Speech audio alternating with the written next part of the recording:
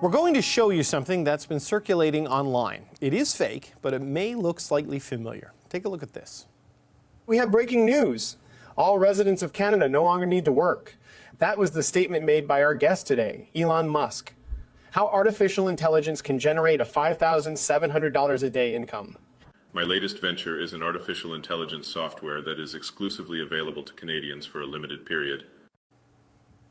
Okay, first of all, I don't sound like that because what you saw there was completely fake. Elon Musk has never been a guest on the show, and he's not releasing a Canadian exclusive AI software. That video was a deepfake, a form of digitally manipulated content. And these types of videos are trickling into social media, news, politics, and making it harder to determine if what you're seeing is real or computer generated. My next guest is working to create education around synthetic media so people are not falling for fake content. And Sam Gregory joins me now. Sam, welcome to the show. Good to be here, David. Okay, so we saw that deep fake of me interviewing Elon Musk, something I have never done, though he's welcome to come on the show. You can tell that's a fake video, but just how convincing can some of these deep fakes get? So these types of Elon Musk deepfakes are actually extremely common. There's, in fact, a site where you can generate fakes like this, right? And they're taking advantage of two things that have got really easy to do with deepfakes of late. One is to make a fake audio track of someone. And of course, there's plenty of audio of Elon Musk to do that with. And the second is to make, in some cases, the lips match up to that audio. And so these types of sites make it really easy to generate the type of video that you are caught up in, shall we say. So what's your biggest concern when you see something like this, the ease and the prevalence and the frequency of these things? Yeah, so I've been tracking this for about 5 years. And, 5 years ago, I would have said when people worried about deepfakes, which is a term people often use for this, or synthetic media, that most of the time, actually, our fear was our biggest enemy. This idea that you could manipulate audio, video, and images was not really there yet. But what has happened particularly in the last year is it's got a lot easier and a lot more commercially available and a lot more available in tools that, frankly, most of us use to do multiple forms of either manipulating an existing video or existing audio or creating something out of completely whole cloth, right? And so the places where it's got really a lot easier are audio. So month by month, we see developments in this field of artificial intelligence and machine learning that make it easier to use shorter and shorter clips to create more and more realistic voices. And we're seeing those used in scams, both scams over the phone, for example, or in a video like this. And so that's improved a lot. Second area that's improved significantly is this ability to do these sort of lip sync dubbing, right? Like puppetry on an existing face or maybe a face of a realistic avatar that looks like a human. And then what we've also seen, and everyone's familiar with this probably, are the types of tools that allow you to write a sentence and conjure up an image, right? These text-to-image tools like Midjourney or DALL-E. And it's still quite hard to do the really sophisticated stuff. And I think this is important for people to remember is, like a really complex deepfake of you in the middle of a protest you never attended the day afterwards is still hard to do.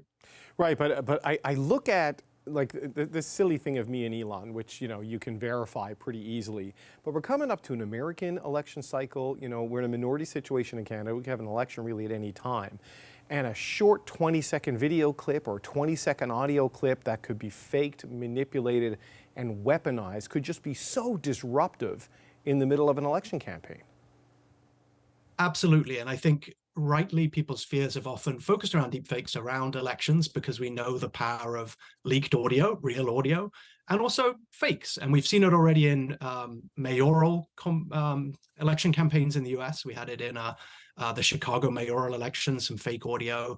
Globally, we track deepfakes as witness, and we've seen multiple cases of is it, isn't it around fake audio. And this is the other problem is, yes, these tools are more and more available, but in fact, the other huge problem is the access to reliable detection. And so what you're seeing is because people don't have the detection tools, it's easy for both fake audio to slip through and to raise the doubt. And it's also easier for people to say that real audio is fake.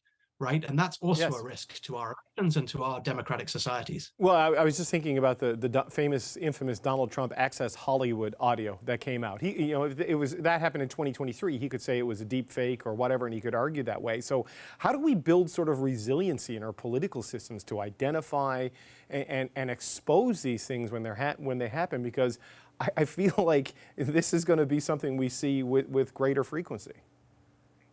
Yeah, I think we've got to take a multi-layered approach. And I think the worst thing we can do is put all the pressure on, ordinary consumers, viewers to sort of guess whether something has been manipulated, right? It's going to get harder and harder to do that. The nature of these tools is they're getting easier, they're getting more realistic. So sort of blaming the average person in an electoral campaign who encounters a piece of media online for not detecting it is not the way to go. There are steps we can take technically, right? So we could be demanding of the companies that produce the models, that produce the tools, that they embed ways to understand that something was made with AI that are durable and can be seen throughout the life cycle of an image or an audio of a video. There are things we should be asking of platforms, right? How are the platforms going to provide information to people about when something is AI generated and they are able to detect it? And then we need to think very deeply about the access to the detection tools and who needs them. As I said, over the last years, we've spent a lot of time talking with journalists and fact checkers and people working in elections and civic society around the world. And all of them say, we already feel overwhelmed by claims of this something has been faked or this is disinformation. And we already see that we don't have the tools accessible to us to do this. So we actually need a lot of skills and capacity in election officials, in journalists, in civil society, to be those intermediaries who can help the public better understand when something is faked and when someone's just claiming something's faked, but it isn't. That's a lot, right, to put on, to layer on journalists, on election officials, and on citizens when they're already kind of stretched with declining resources. And it's like hackers and scammers. Just when you come up with the defense to the existing problem, the technology moves too fast. So what are you watching for next, just as a final point, in deepfake technology evolution? So I'll say I'm watching for one other thing that isn't about technology, but we always have to really point to because it affects people's participation in elections is, the original use of these was to target women with non-consensual sexual images, and that continues. And often that doesn't depend on it being very realistic. So we don't need advances in deepfake technology to make it easier for people to target women with sexual images. And that's a place where legislation can really play a part in making sure that that is not acceptable and is criminalized where it's done maliciously. In terms of deepfake technology, unfortunately, like a lot of experts in this space, it's really hard to know where we're going. The only things we can say with confidence are that it's getting easier to do this. It's getting more commercialized. It gets easier to create volume with this, to create multiple versions, and that we're behind the curve on these preparatory steps. And so we really need to invest in what we need in legislation, what we need from the companies, and what we need in terms of tools in the hands of journalists and others. Sam Gregory, is a really interesting conversation. Thanks so much for taking the time. Thank you.